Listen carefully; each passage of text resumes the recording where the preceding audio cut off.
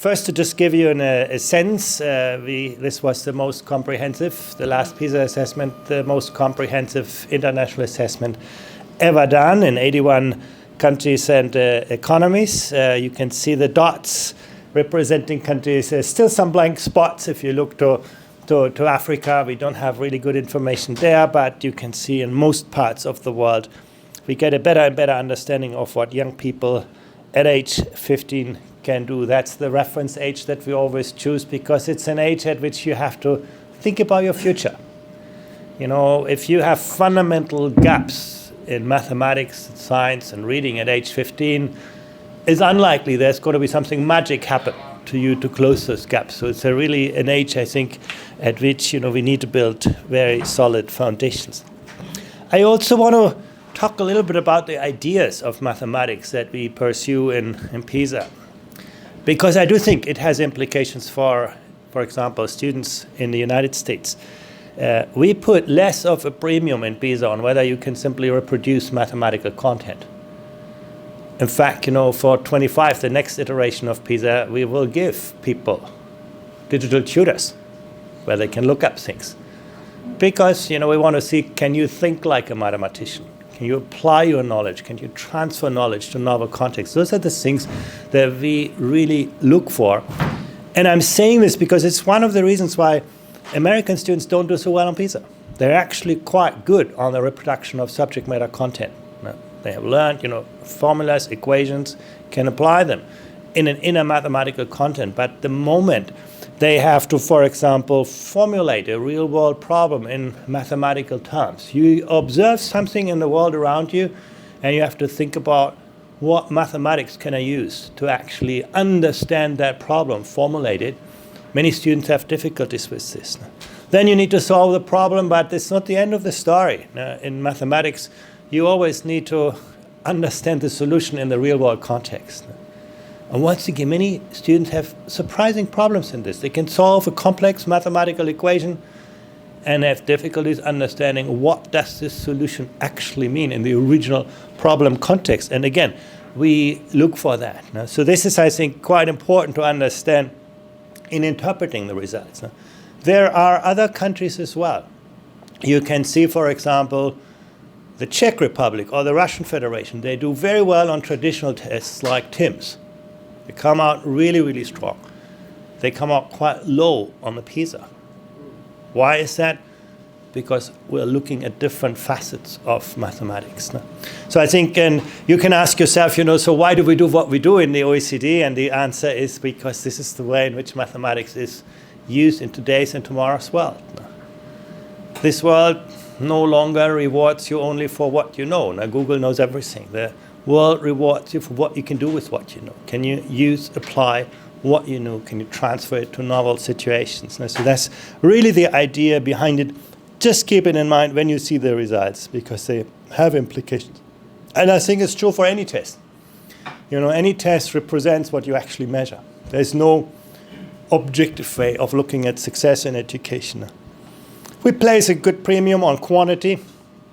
Do you have a good number sense? Can you estimate things? You can quantify situations. I think that's really important.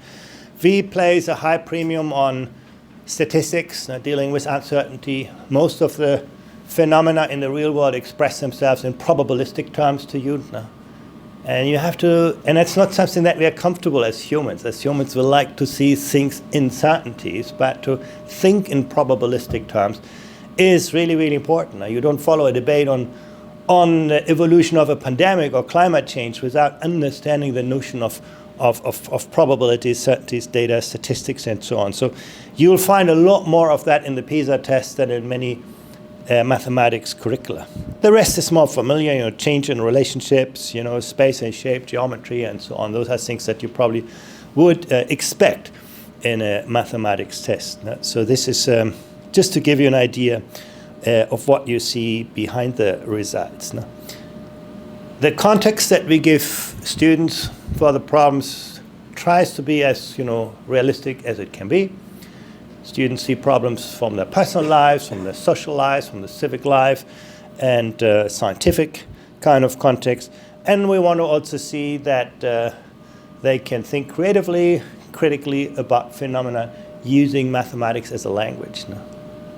Some people say, mathematics is the antithesis of creativity. It's, all about, procedures. Actually, if you teach mathematics well, it's actually the best way to teach students creative thinking.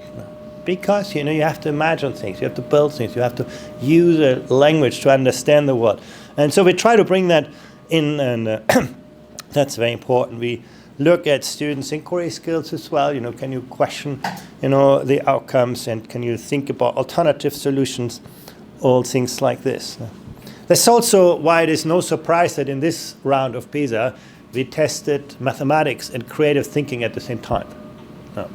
That's the first time that we have actually an explicit measure of creative thinking in PISA, and we did that really building sort of on the mathematics test. So let's look at some of the results. First, this is basically, we published them in 2 reports. One that looked at, what we know about the state of education in mathematics, and the other, we looked specifically, these last years have been quite special. It's the largest global experiment of disruption in school. Everybody got disrupted by the pandemic in the same way, but education systems responded to this in very, very different ways. So it's you can actually see what those implications have been and responses and different solutions, and what the effect has been on the level and distribution of outcomes. So we studied that quite separately. Here you can just see, how the world has evolved in terms of technology over the last 20 years since we have those kinds of data, and it is actually amazing changes. It is almost hard to think back to the year 2000, 2003, when technology was virtually absent in anything. We had still debates on whether to use calculators in school. Those were the big controversial debates. Today smartphone is everywhere, and challenging many of our ways of thinking even. I think this is just a dramatic change, and that has also massively amplified the demands placed on young people. That's true in mathematics. It's even more true in constructs like reading. When you went to school in the year 2000, it's hard to remember now, but we read linear text, we read books. They were all carefully curated. We knew our newspaper anchors, we trusted them. All what we read was pretty well sort of thought through. When you had a question, you could look the answer up in a school book and you could trust the answer to be true. What an easy world. Today you look up things on Google and you get 10,000 answers to your question, and nobody's going to tell you what's right and what is wrong, what is true and what is not true. So literacy is no longer about extracting knowledge, it's about constructing knowledge, a very different skill set. And you can make the same argument about mathematics. Actually, the type of mathematical problems that we encountered in the past was very much about procedural things, that now technology has taken over. Whereas the conceptual ideas of mathematics have become more complicated. Probabilities, If you do not understand the idea of an exponential function, once again, you're not going to follow the debate on climate change. You're not going to follow the debate of the evolution of a pandemic. And those concepts are not intuitive. That's the thing about mathematics. We're all born into a linear world. Time is linear, space is linear. That's the world in which we are comfortable. That's the world which we are familiar with.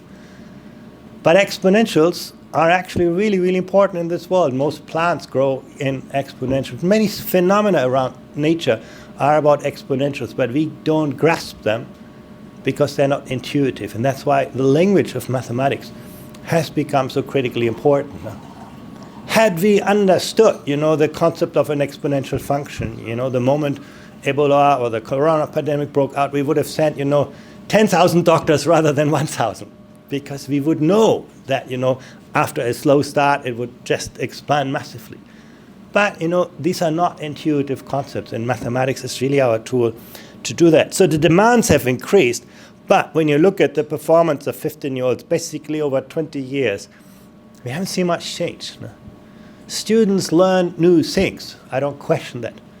But when you look at their capacity to think like a mathematician, no change. Even, a drop overall in outcomes. In fact, that drop has been particularly pronounced since 2018.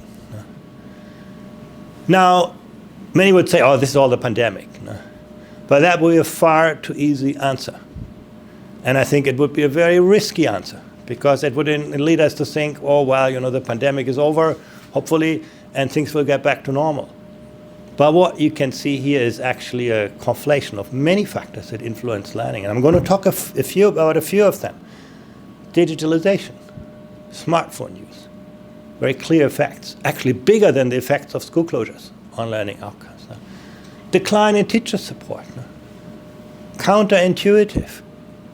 We thought during the pandemic, everybody got more involved in education, parents, teachers, but actually we see a retrenchment of both teachers and parents. There's a growing trend towards, commodifying education. Students become consumer of some content, the teacher is seen as some kind of service provider, the parent is some kind of client, and actually we see growing distance between those players in many countries of the world. Once again, the effects of those on outcomes will remain with us, and they're actually very significant. So, the pandemic was, an accelerator in that time, I think very, very clearly. I will not deny that, but don't think that as the kind of sole explanation of this.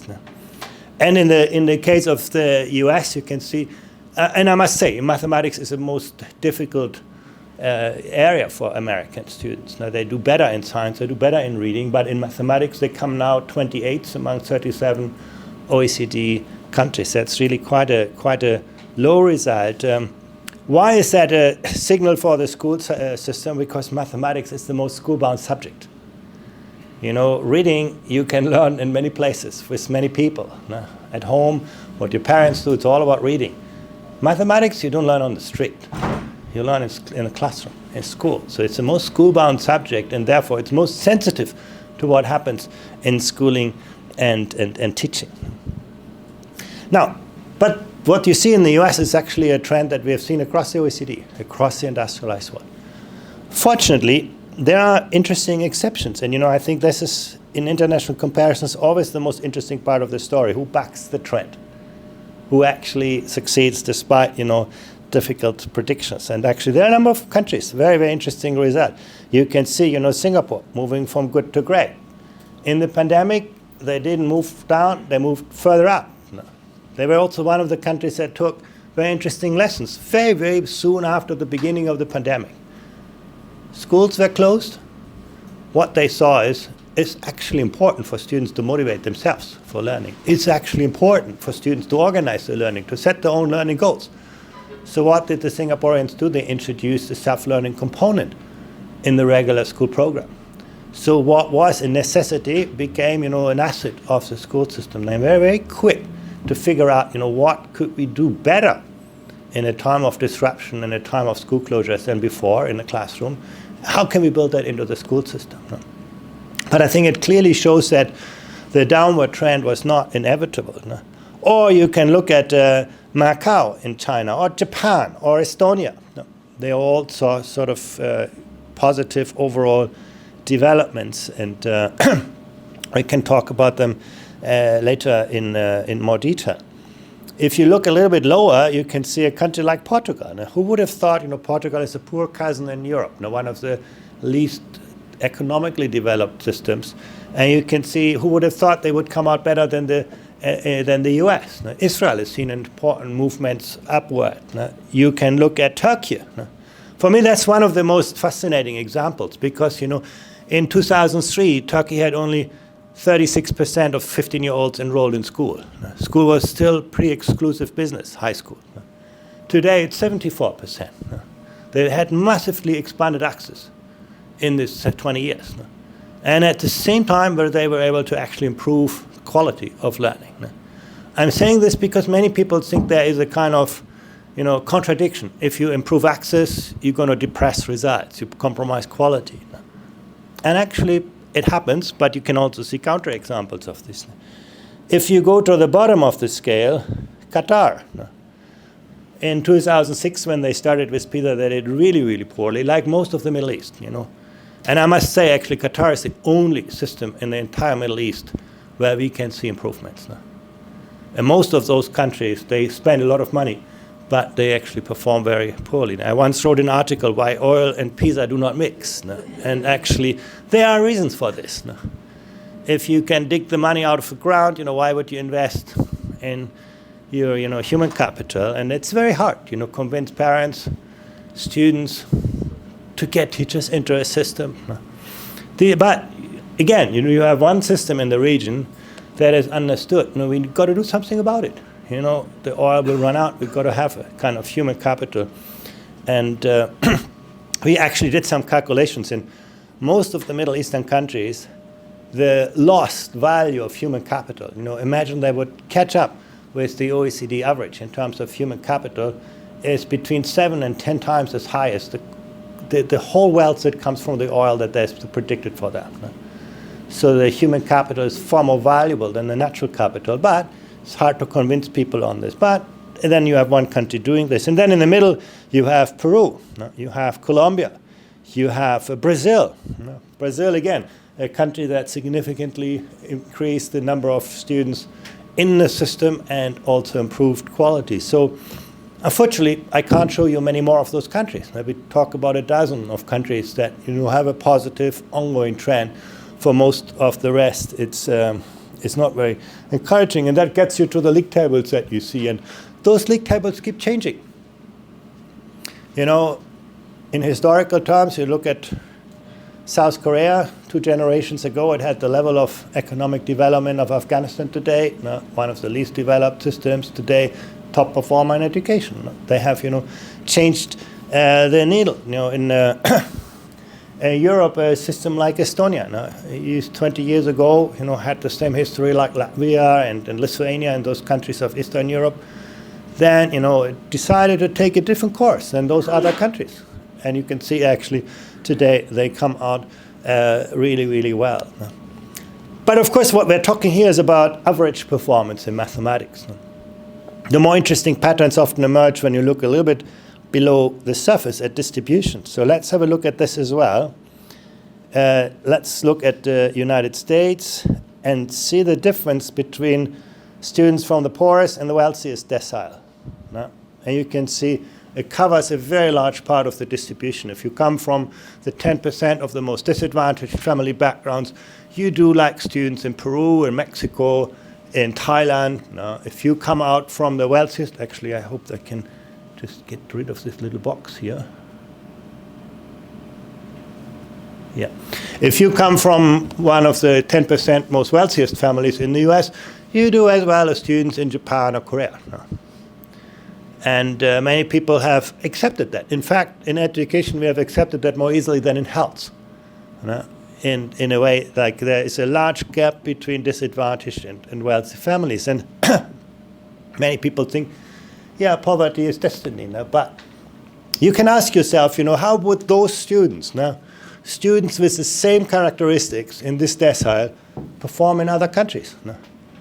And the great thing is with PISA, you can actually test that hypothesis. You can look at students with the same social background, immigrant history, family income, family occupation, and you can see in Switzerland, the same students do like this.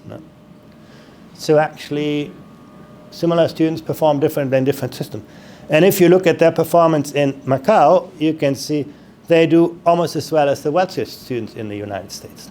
Those very poor students. And Macau is not a very easy territory.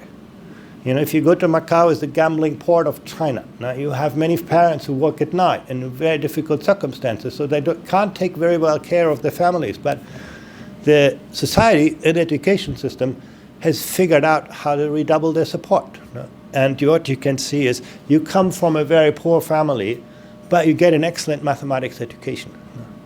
This really, I think, is a very impressive result that all children from all family backgrounds can succeed if we set up the right conditions for that. Now, if we attract talented teachers into disadvantaged schools, align resources with needs, so lots of really interesting lessons that we can learn, not just from Macau, but from a number of countries. So I think that, for me, is one of the most important findings, that poverty need not be destiny. It's really about what education can do. And but there's actually, it's not so straightforward. Many countries have talked for a long time about equity in education, how they can, compensate for family disadvantage. And I would say, the idea that schools can make up for what doesn't come from parents is something that is not borne out in any part of the world. We have watched that, over years and years and years. There's no school system in the world that can make up for what doesn't come from parents. If your parents do not value education, if they don't respect the authority of the teacher, if they let you play with your smartphone up to midnight, you do whatever you want as a teacher the next day, you will not succeed.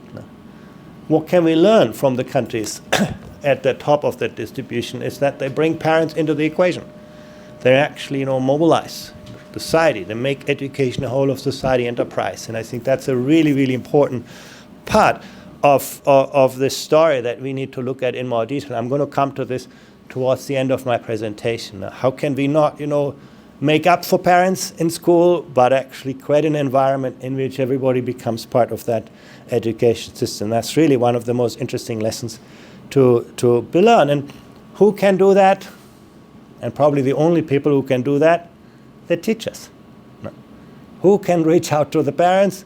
You can't do that through government. You can make, interesting kind of theories. You can't do this through the system. The only people who know the parents who can reach out to them is the teachers. So what you can see in high-performing education systems, teachers do a lot of things other than teaching. They spend a lot of time with individual students outside the classroom. They spend a lot of time with parents. They spend a lot of time with their colleagues. It comes down to work organization. And in the case of the United States, the relatively small class sizes, the price for this has been actually very high teaching load. You go to a system like Macau, they have large class sizes, but therefore teachers can do lots of things other than teaching. And those decisions have a real impact on outcomes, particularly for the most disadvantaged students. But we'll go to that in more detail. One of the things I also wanted to show you is, PISA is not the only test. We also have data for fourth graders. And you can now square the results from PISA with the results from fourth graders. And if you are above the line, you make more progress between the 10th grade and or between the fourth grade and the 10th grade. If you are below the line, you make less progress between the fourth grade and the 10th grade. And I show you this because, again, some people will say, well, the PISA results are just a cumulative reflection of what happened before. We should fix early childhood education to fix the 15-year-old results. And there's obviously some truth in this. High-performing systems often have a high-quality early childhood education and care system. But what you can see here, the truth is also that students in the US make less progress as they move through the system than students in other countries. So it's not just they start worse off, actually they make less progress. You can look at students in Estonia, they would actually go to school with 7 years. 7 is the starting age of schooling. And then they make very, very rapid progress. And where I live in France, students go to school with 3 years. But they don't progress very rapidly, so that at the age of 15, they do much worse than the Estonians. Now, that's also a really important part of the system.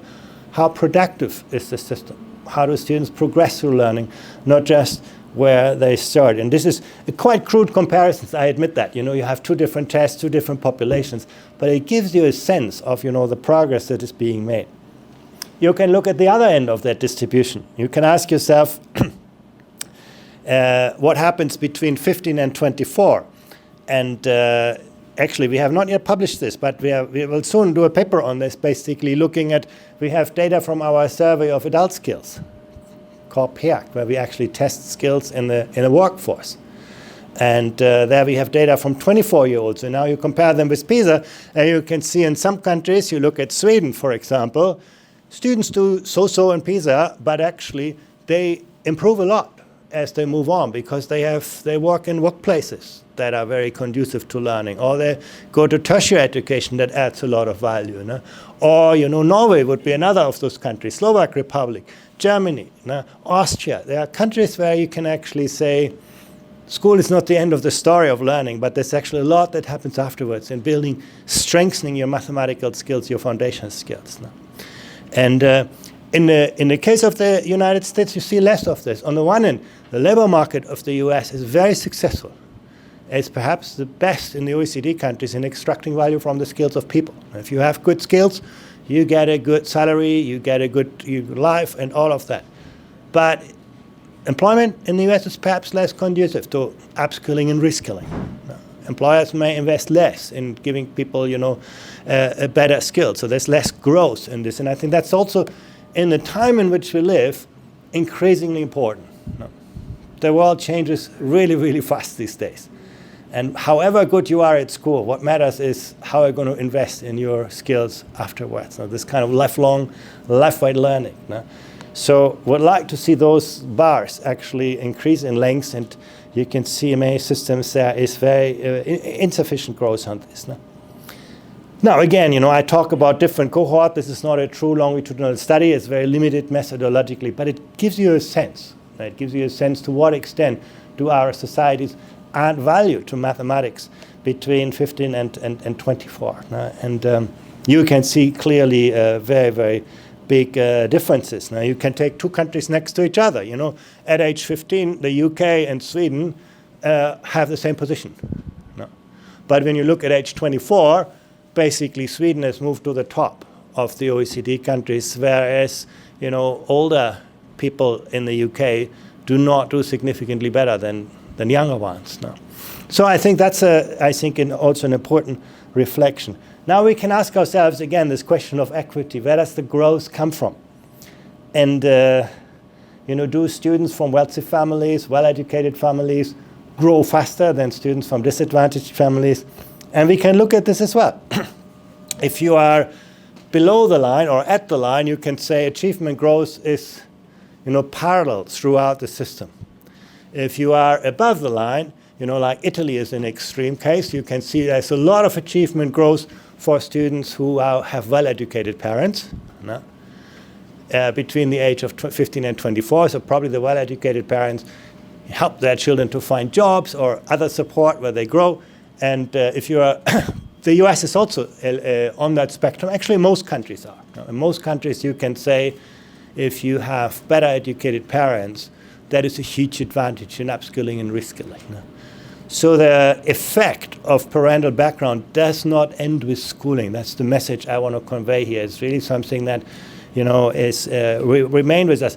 But it's also an inefficiency in our societies. Ideally, you'd want to give people the chance that comes from their talent, not the chance that comes from their background.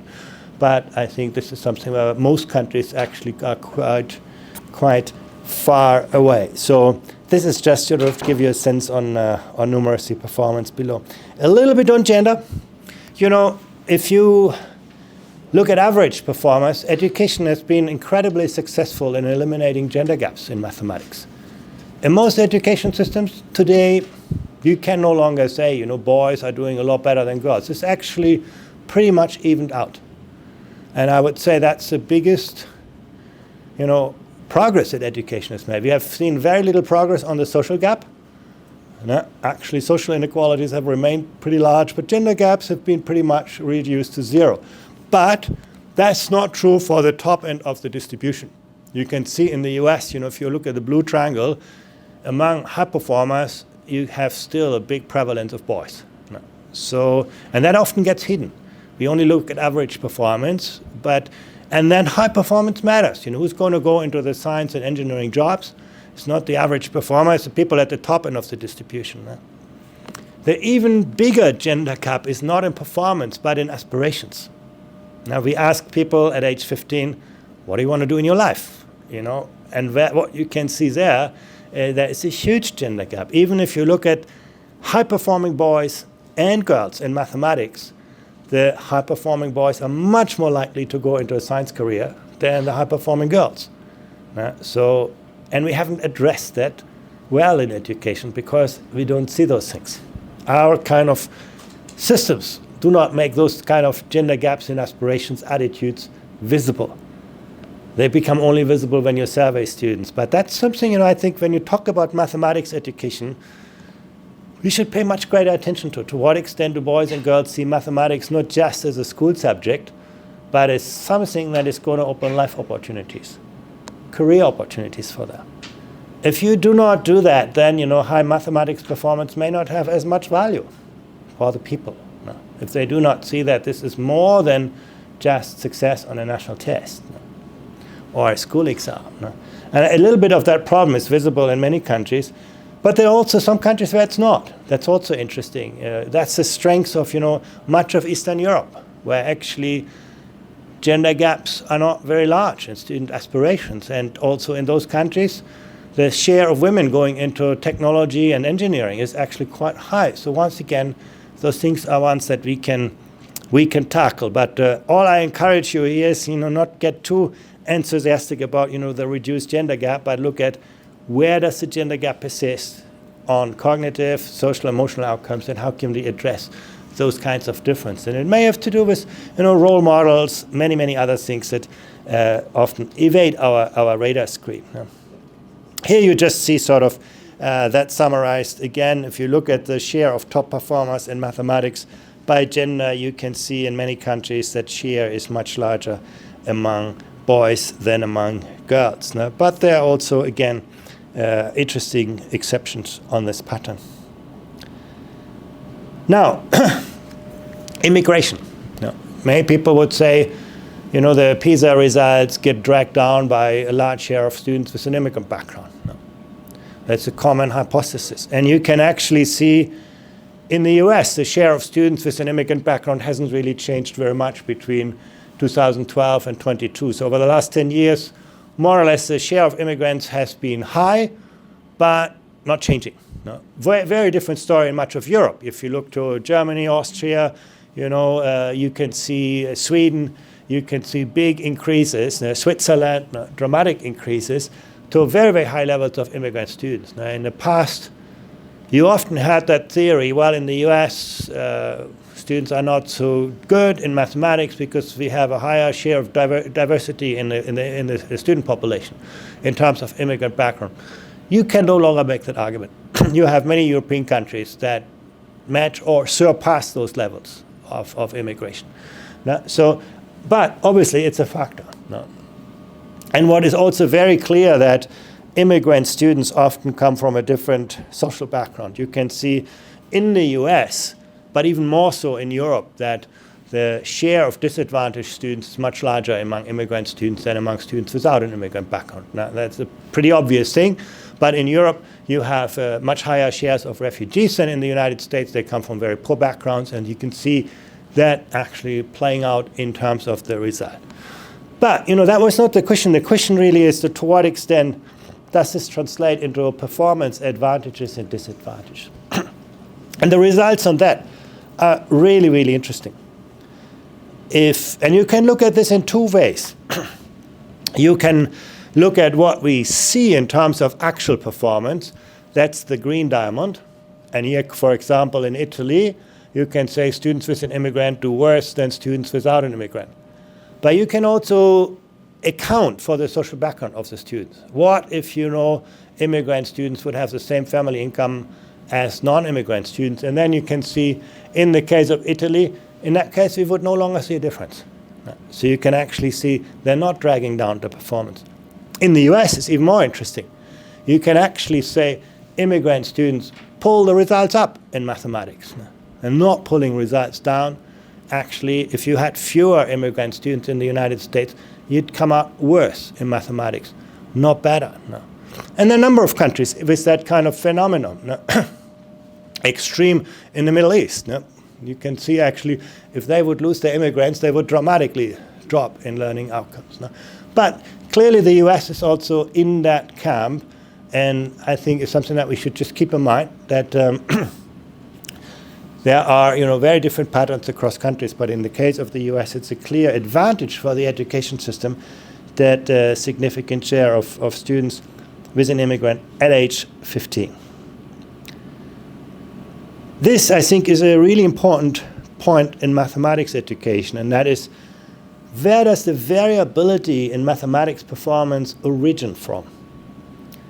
One way is schools differ in their performance. And that's what you can see here in this blue bar. The longer the bar, the greater the variability in school performance. The shorter the bar, the more equal school performance is. But the other source of variation is performance variation in mathematics inside each school. And that is this. And immediately you see, when you look at countries like Estonia, I mean, what is amazing is that they are a high-performing school and every school succeeds. Estonia basically has very, very little mathematics performance variation between schools. This is a system that is very, very good in aligning resources with needs. If you come from a disadvantaged background, if you live in a disadvantaged neighborhood, they'll do whatever it takes to make this a great school, and they succeed. So you see no variability in school performance. But even in Estonia, there's a lot of variation of student performance inside school, and that often evades our radar screen. And that's also true in the United States.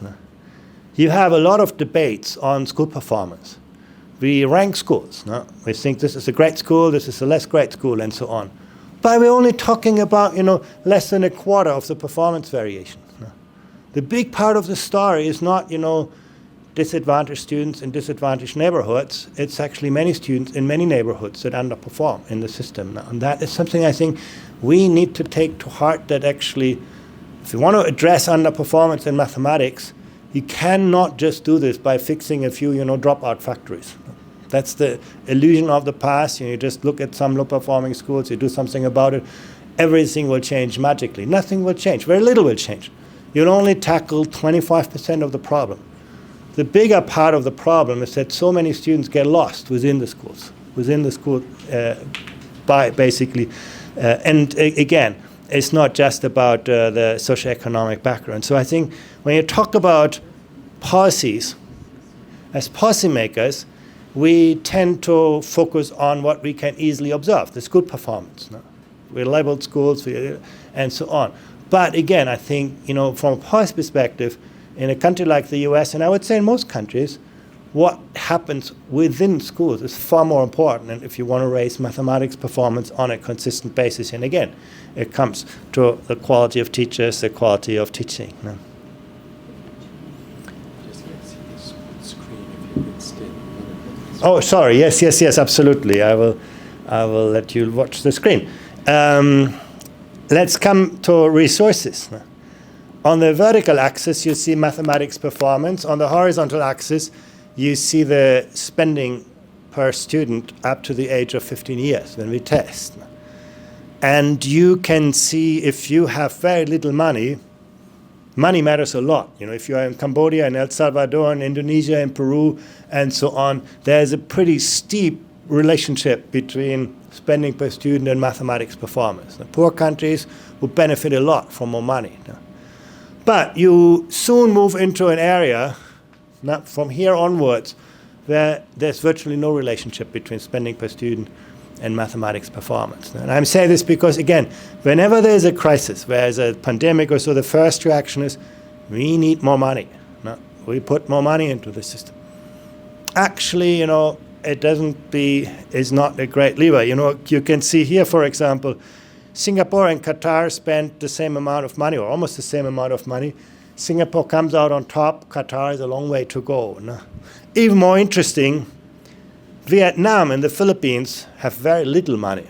They're very much on the left side of the chart, but you can see Vietnam does as well as the United States and much of Europe, and the Philippines is a very poorly performing education system. So money only gets you that far. The bigger question is always, how do we spend the money? And whenever you have to make a choice between a better teacher and a smaller class, go for the better teacher. And that's the simple answer that we see in high-performing education systems on that. But I think we can also see, I don't know whether I have that chart. No, I don't have that chart, but I could have shown you the same with time. One reaction that we often have is, we don't do so well on mathematics, we should teach more mathematics. Actually, we see very little of a relationship between the volume of instruction time and learning outcomes. The big difference is one in productivity. You have Switzerland, where students learn a lot in every hour, and you have Morocco, where students spend a lot of time and learn very little. So the productivity question is a far bigger one. Now, if you want to get better mathematics results, try to make mathematics more interesting to people. Try to teach it in more interesting ways. Try to, cognitively demanding. Try to build a more, coherent and sequenced curriculum. It's actually not really difficult. I would say actually science has evolved pretty far in terms of what a good mathematics curriculum really looks like. Essentially, it's about three simple things. One is cognitive demand. Don't make it boring for students, and we do that too often. We actually make mathematics a very kind of boring, routine subject. Focus on cognitive demand, on cognitive activation. Give students challenging ideas. Cognitive demand is a big part of the equation. The second one is also simple, it's focus. Teach fewer things at greater depths. If you look at the most advanced education system, the curriculum is actually quite simple. These are the key foundations of mathematics you need to understand to do well in mathematics.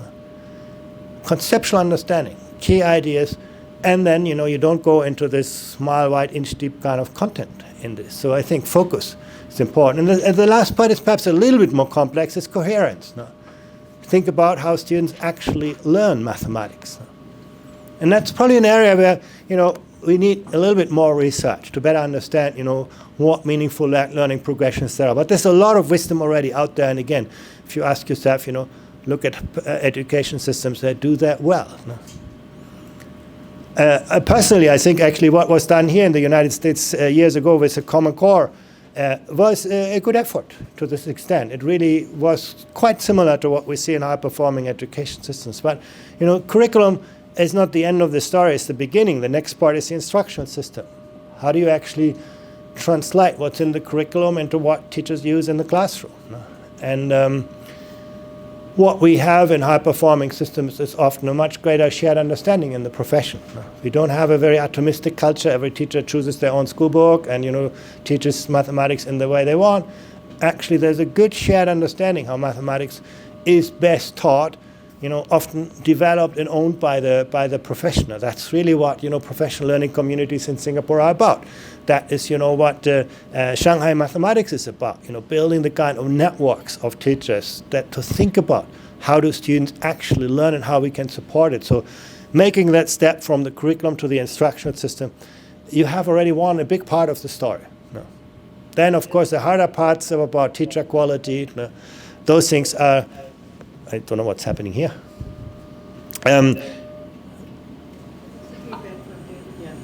I can just mute myself. Can I just make the speaker off? David, please solve the problem.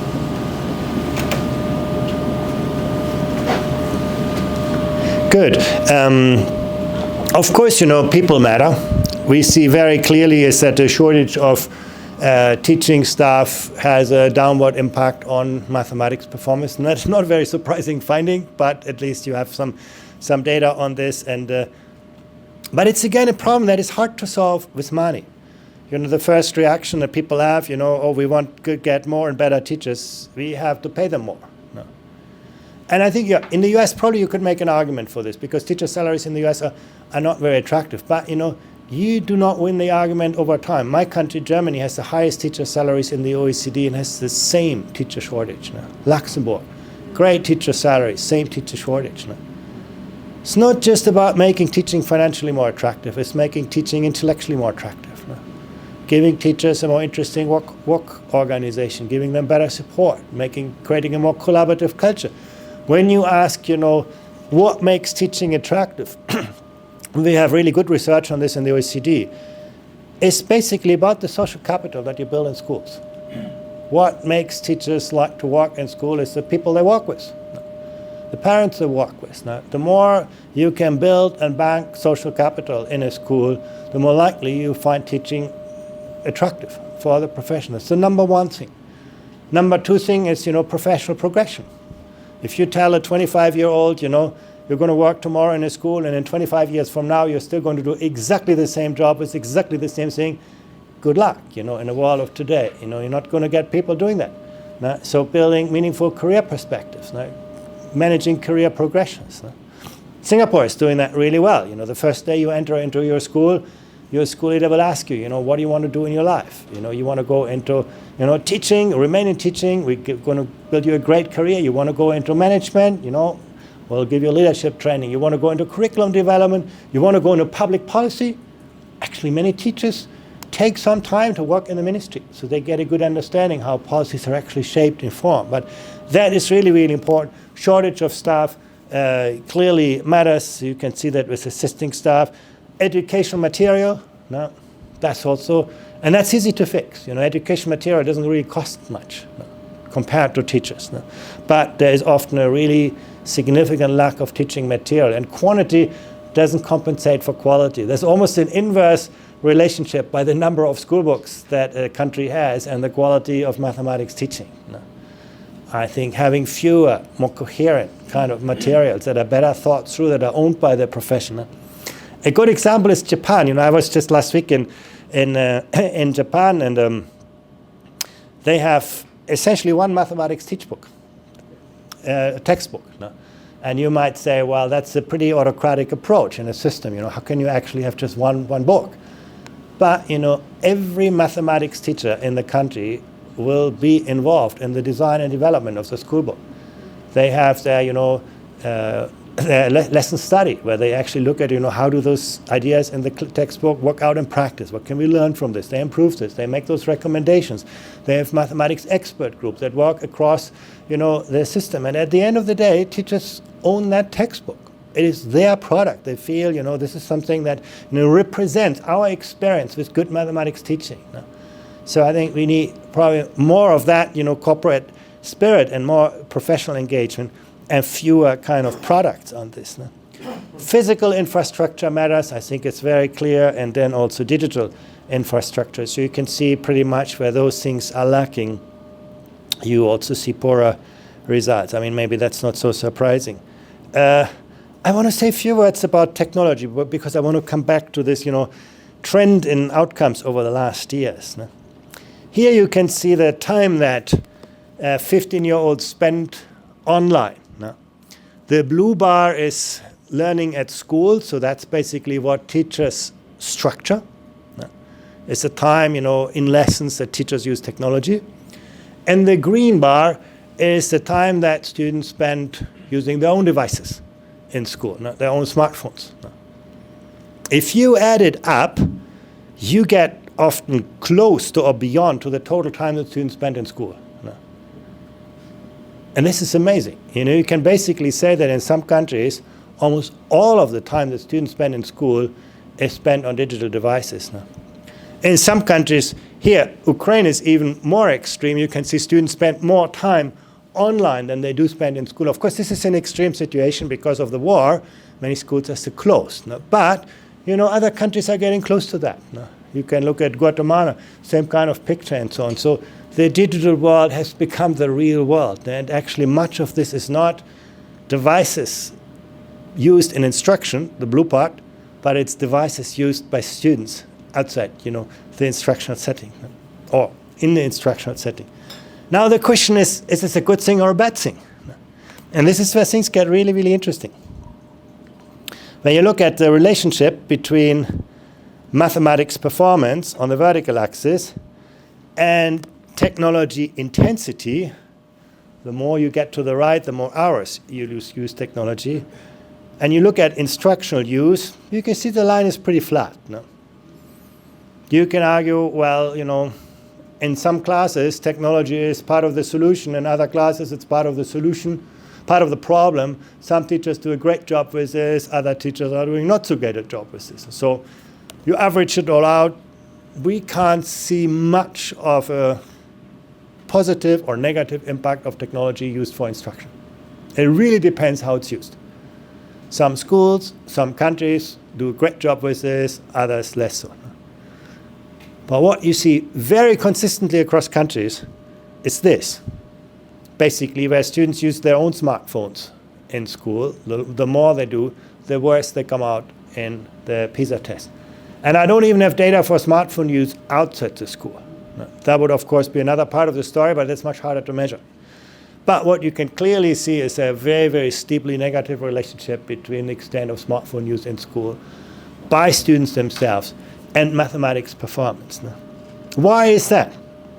Well, there are several explanations to this. One is simply the more students use smartphones, the more they get distracted. And that is not just, I'm getting distracted by my own smartphone, but students also say, I get distracted by my neighbor using their smartphone. So it becomes a real obstacle to this. Now, the question is, if you're a mathematics teacher or a school leader, what can you do about it? And we have asked, principals about it, and what you can say is, what teachers do, try to negotiate rules with your student on how to use smartphones. Zero effect, at least not statistically significant. Now, students just ignore it. As a school leader, establishing a school policy about it, zero effect. No. Students get around. The only area where we could see a kind of negative effect, reducing the negative impact of smartphones, was a total ban on smartphones. No. So where there are clear system-wide rules, you just can't bring your smartphone into the school, you don't see as much of a negative effect. But then, we live in a technology-based world. Is that the road you want to go? I think this is something I think but all I want to just show you here is that what you might have interpreted as a COVID trend has actually many facets. And technology is a big and remaining part of that kind of problem. And I think we need to really take that to heart and find solutions. And what is very clear is that kind of solutions that are done ad hoc in a school by teachers and schools have no effect. Basically, you cannot convince a 15-year-old you shouldn't use your smartphone in my lesson. No, that will not work. You have to either have consistent policies or, get students better educated. Have them understand, what are the negative and disruptive effects on this. But I think this is an area where, I do think we have to think much harder about. No? And, it's not just mathematics performance. No? When students get, feel anxious when they don't have their smartphone with them, you can see also lower levels of life satisfaction, poorer emotional control, less stress resistance, and so on. So I think there are many effects that we need to be looking at. It's not just cognitive outcomes. No? There are many social emotional outcomes important.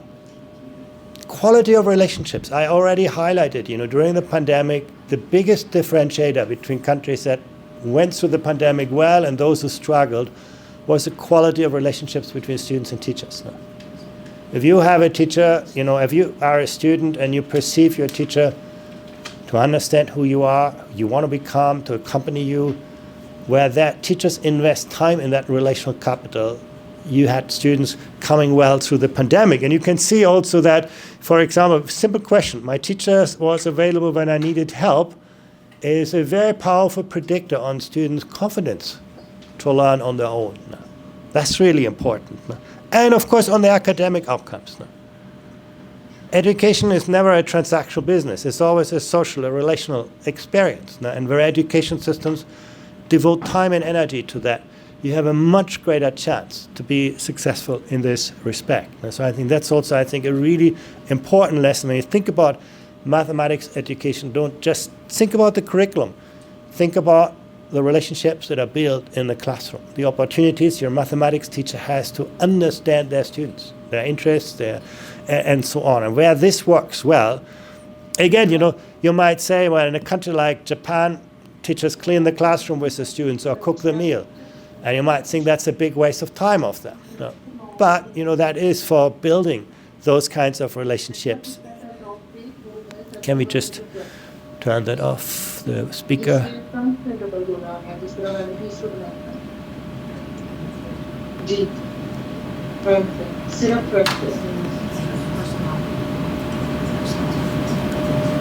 Okay. Seems to work. So again, that's something I think when you think about mathematics education, don't just think about the curriculum, think about the kind of instructional context in which you build relationships, because at least in our data, that seems to be a huge differentiator between education systems doing those things well and those who actually struggle with this. No? Now comes the COVID picture, and I'd put it last because, again, the effects were not as clearly visible as you think. There is a modest relationship between the length of school closures and learning outcomes, and you can see the U.S. was among the countries that had longer school closures than countries on the right side here. But overall, there are many countries that succeeded quite well despite long school closures. So, yeah, school closures are probably not a good thing, and we should avoid them better than we did in the past. But at the same time, they're certainly not the sole and not even the major explanation for the results that we see. I want to conclude just with a word about parents and families. Here you have an indicator of the extent to which parents take active steps to involve with the school, where the bars are very long. You can see here, for example, Philippines, Vietnam, parents are very actively involved, where the bar is short. Norway is an example. There's not much of a relationship between parents and students and schools. Now, what I want to draw your attention to is that the blue dot, or the light blue dot for 22, is lower in most systems than this was for 2018. This is, again, what I said at the beginning. We see a drop in parental interest, parental engagement in schooling. It's clearly visible in the US, but it's also visible in many other countries, and some countries in even more pronounced ways. Now, Norway never had much parental engagement, but it has dropped dramatically over those last years. Again, parents see themselves increasingly as a client of the system, not as someone who co-creates the environment for their students. We had actually a really interesting, this is not about PISA, but we had a survey of 5-year-olds where we asked teachers, how do you actually engage with, parents? And this was about technology. And you would have Norwegian teachers who tell you, I can't talk to the parents, this is the private business, I would interfere with, the authority and the role of parents. Or they would tell you, it's not my job, I'm a teacher in a pre-primary school. I can't also do the work as, a coach for the parents. No? Same what you see in PISA here. No? At the other extreme, you had teachers in Israel, pre-primary teachers, who said, well, if the kids play with their smartphone all night, I can't do my job. Of course, it's my job. I have to talk to the parents. I have to make sure that, they are on that journey. Very, very different attitudes across countries, but overall, we're moving in the wrong direction. I think that's something that is I think, something really serious and worth to consider. No? Well, I think we've run out of time. I will drop the last part here.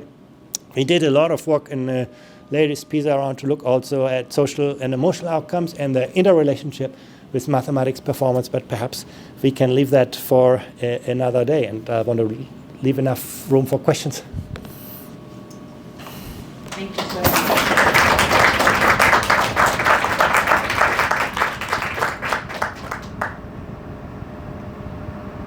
So we have a short amount of time, questions. I want to give you a little bit of a break between this session and our videotape from Hong Kong.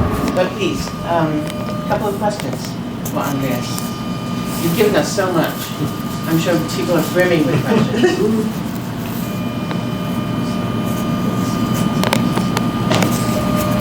Yes, I'm please. sorry, I always have a question. Please introduce yourself. Absolutely. My name's Christina Samuels, and I'm a journalist. I'm with the Hechinger Report. We cover K-12. Thank you. We cover K-12 and higher education. Thank you so much for this. This presentation has so many facets to follow. One thing I'm interested in is that we in the media have been writing about Finland forever, saying Finland was going to be the solution. We should all go to Finland and look there. What happened with Finland? And also, how can we avoid holding up a country or countries as being like, if we do now what Estonia is doing, for example, now we have solved our problems? I think it's a really good point. First of all, I think Finland is still very worth looking at. And actually, the next part of my presentation, when you look at a broader range of outcomes, Finland does really quite well on many dimensions of education. For example, Finnish students, do quite well in mathematics. They have a good sense of agency. They can do things.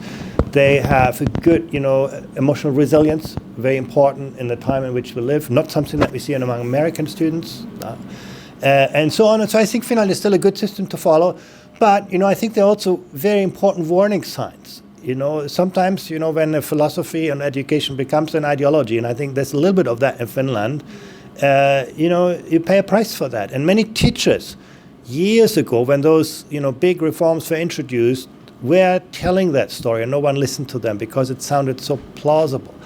So I think that's something, it's worth to look at both sides of the equation. And I would also, never look for a single country. What I would look at is, what do high-performing education systems have in common? What are the shared features of systems that do well?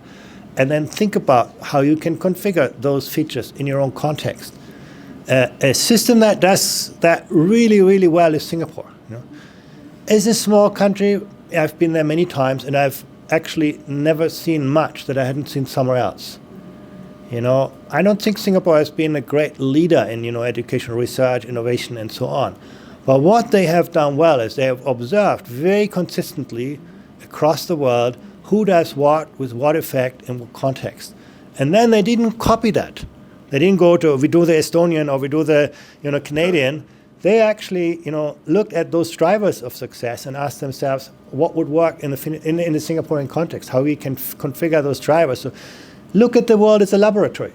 Now I think the great thing is we don't have to start educational change from scratch. And this is, I think, unfortunately what we see so often, that, someone comes and says, I have a great idea, I reform education system, and then, let's just wait what happens. And of course, in education, different from medicine, we do not try that out with a few people, we just roll it out to everyone. So rather than doing that, ask yourself, who's done that in the world? With what effect, and what can we learn from that? So I think that's really, the way I would use international comparisons, not, try to find, someone to emulate, but to look at, what do we know about the covariates of success in different systems. No? Susan? Yes, so one of the challenges is getting inside classrooms and finding out what actually happens in the interaction. And certainly technology is making that easier. And I'm just wondering how you're progressing, moving from surveys or logs into actually observing, and how you're doing that. I think it's a really, really good point, and there are two things. I mean, one of the things that we do in PISA, and we are now collecting a lot of the process data. Yeah. So we are no longer just looking who gets the answer right, but we look at how did you get to the answer. Right. And we can actually do that now quite systematically and identify pedagogical patterns. No? But, you see examples on that even more powerfully. I was actually, and that was even before the pandemic, I was in a classroom in Shanghai where they taught calligraphy. No? And that's the biggest headache of teachers, because we struggle with 30 characters and they have to learn 4,000. So it's just a volume of tasks, and it's not just a technique, it's an art. And the students were drawing their characters on the table. In the tables they had integrated scanners. On that table they had their mobile phone giving students real-time feedback on the quality of their drawings with big data, AI, pattern analysis. The teacher in the front could see how different students learn differently, and then in real time reconfigure the classroom, bringing the students together, getting the most interesting solutions on the whiteboard, and so on. So I think this is the power of technology. But even, classroom observation, and this was something I experienced in January when I was again there, AI-based classroom observation. Yeah. Technology was simple. They had 4 cameras in the classroom, but after 1 hour, you could get a readout of the quality of your interactions with the students, among the students. And actually without any voice data. It was just, looking at those interactions. So as a teacher, you could see with whom did you spend the time, what was the quality of that conversation, what was the learning progression of that students. No? And what they told me is that after 1,000 training lessons, they got better than the provincial inspectorate.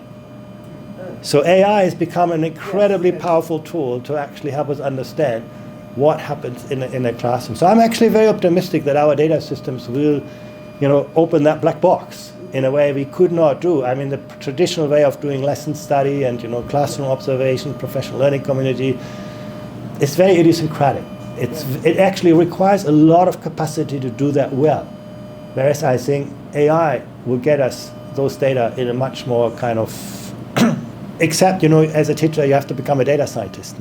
Right. You have to be able to read those kinds of signals. So if I could follow up. So like you, I'm intrigued by the possibility AI offers for research, for understanding how students are progressing through content and teacher-student interaction.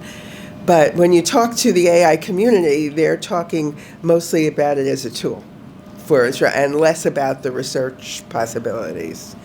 It's, I don't want to stereotype, but many non-educator engineers who are doing the AI. And for me, that's also the biggest takeaway from all of this, where you do not see teachers involved in the design of those solutions. They're not going to help you with implementation.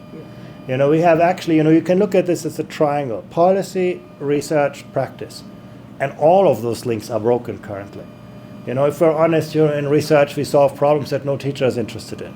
There's a disconnect often between the research and the practice. As a teacher, you do not engage. I don't know, maybe it's a bit hard to say, but many teachers probably do not believe that their practice can be changed by research. They view it as an art, a craft, rather than, science-based kind of profession. I think that's also part of the problem. So that link is broken.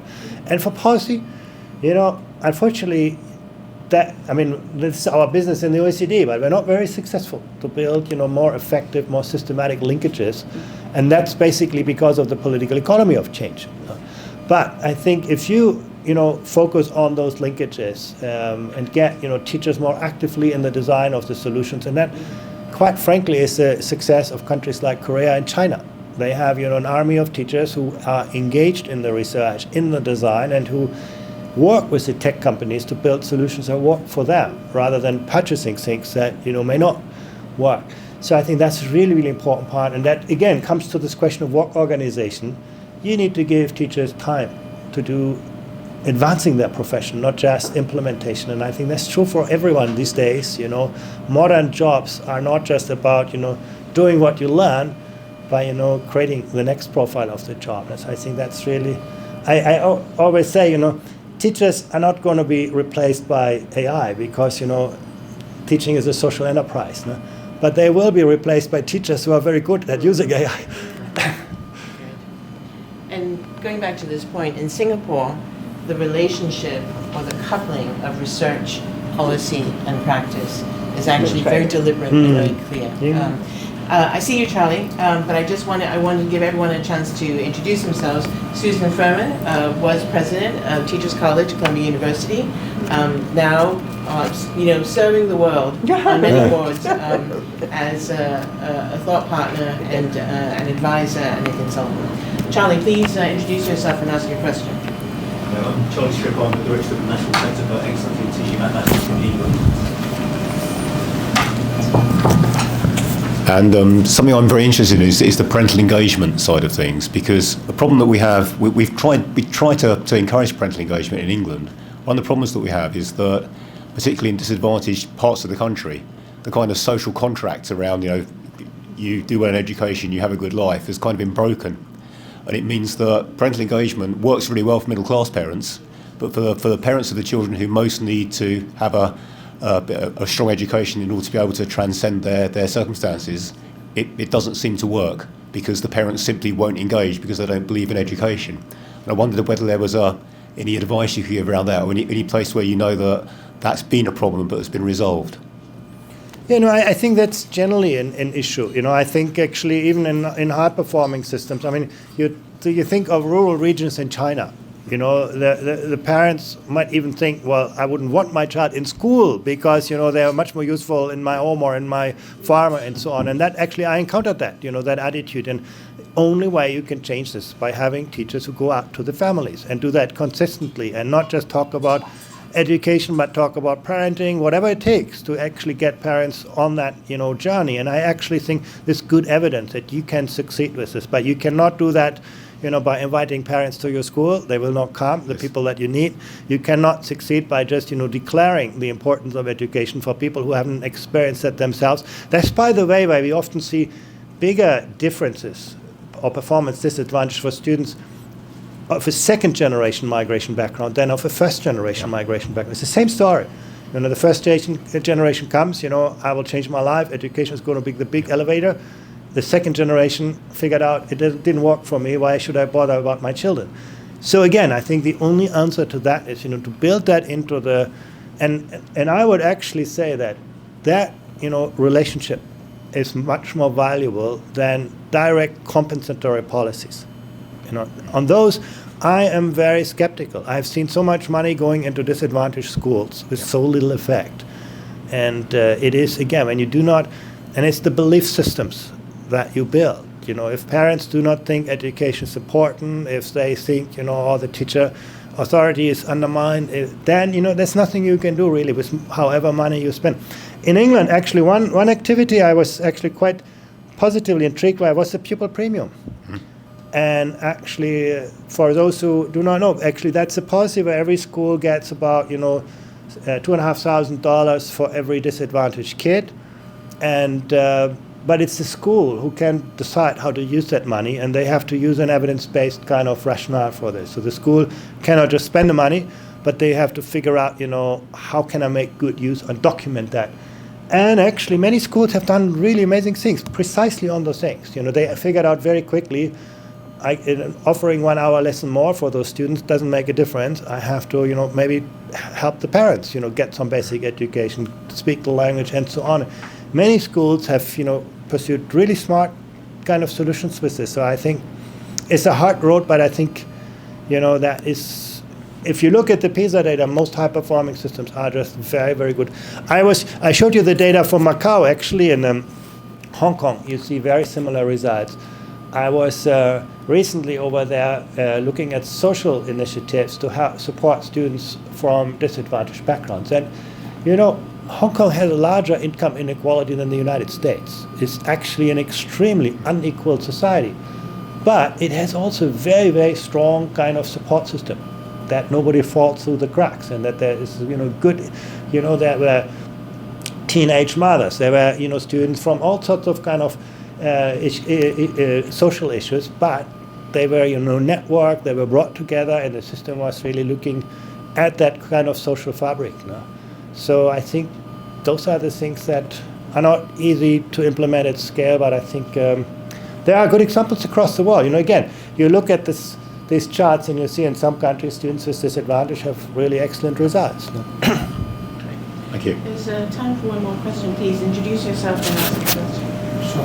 My name is I think you need to. I'm loud enough. But the people on the remotely can hear. All right. My name is Yin Luo. I work for Wolf Research. I'm mostly hiring students studying math and science, and we do AI-related research, which is very much related.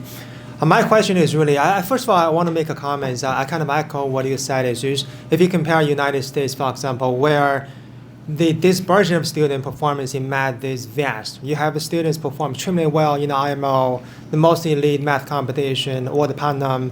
Then you have many students perform fairly poorly at the extreme.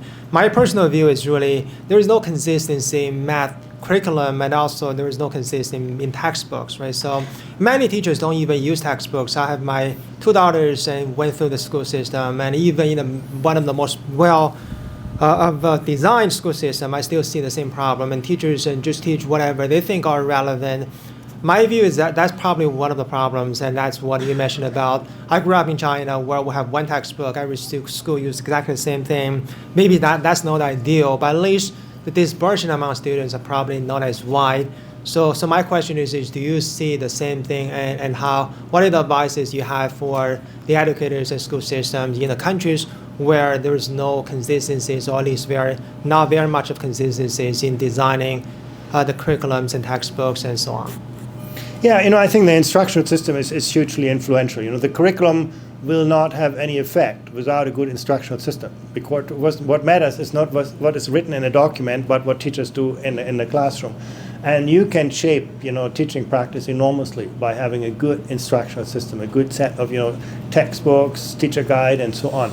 You know, I'm a bit skeptic. You know, can the government, you know, do that for everyone? You know, I think things change fast. I would rather think, you know, if you can build a strong profession, you know, if you can actually enlist teachers on that course to develop a single textbook or a single approach or, you know, a limited range of approach, I think you'll be very successful. You know, I don't believe, you know, in medicine, you would have no surgeon who says, all right, you know, I'm going to do a different operating procedure and develop my own kind of thing. You know, actually, these people would get sued very quickly. And I think we have that problem in education, that everybody, you know, believes, you know, I know better than my science. And I think we need a more science-related approach. And personally, I think the best way to create it is by creating stronger networks, professional networks among teachers to contribute to the design development of this, and then have much fewer products. You know, I believe, you know, a strong education system is one that is actually a good regulator, that, you know, has a sense of what is a quality mathematics textbook, and has some process to actually make those decisions, as we do in other areas. You know, once again, in medicine, we have very firm protocols that are developed, you know, by professional practice, by professional wisdom, and I think we need a bit more of that. In you know, you could see that contrast in the pandemic. That was eye-opening. You know, 3-4 weeks after the pandemic broke out, people actually had a vaccine. It was actually very, very quick that people had a tool to, you know, vaccine people. But, you know, what society said, wait, we want to first, you know, test it out, ensure that it's carefully, you know, developed, that it has fewer negative than positive effects, and so on. And so we waited 1 year. Many people died in order to get it right. In the field of education, you can develop a vaccine tomorrow and use it in your own classroom and do it for everybody. And I think this attitude is one that we have to challenge. There has to be a more evidence-based, science-based approach to teaching. And I think it can be really informed by good practice. And then, you know, I don't think it's a negative side to have one. If we know that mathematics can be taught in a specific way best, in a specific sequence, then we shouldn't see it as, you know, a limiting factor to have one textbook, but it's a strength of the system that has actually understood how students learn mathematics and gets teachers to agree on supporting students in that way. So. There are many more questions than we have time for, but please, thank you again. Thank you.